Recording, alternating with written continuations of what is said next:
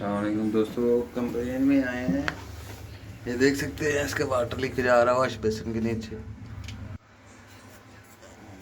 ये देखें, इसका पाइप फट गया है। ये ओपन करेंगे तो इसको पाइप चेंज करेंगे। ये मैंने पाइप इसको ओपन कर लिया दोनों, वाल बंद करके। तो अभी इधर से खोलना पड़ेगा इसको। वो ब्लैक वाला दिख रहा है, ब्लैक वाला।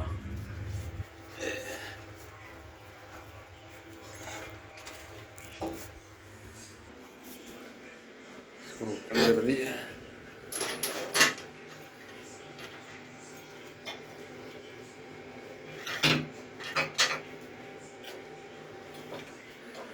पाइप की हालत बहुत खराब है। हम दोनों निकाले हैं, दोनों चेंज करेंगे। मैं इसको फ्लेक्सिबल और चेंज कर दिया नया वाला।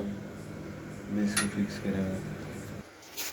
इसको फ्लेक्सिबल नया लगा दिया। अभी वाल को नहीं से सीनियर चला गया होगा।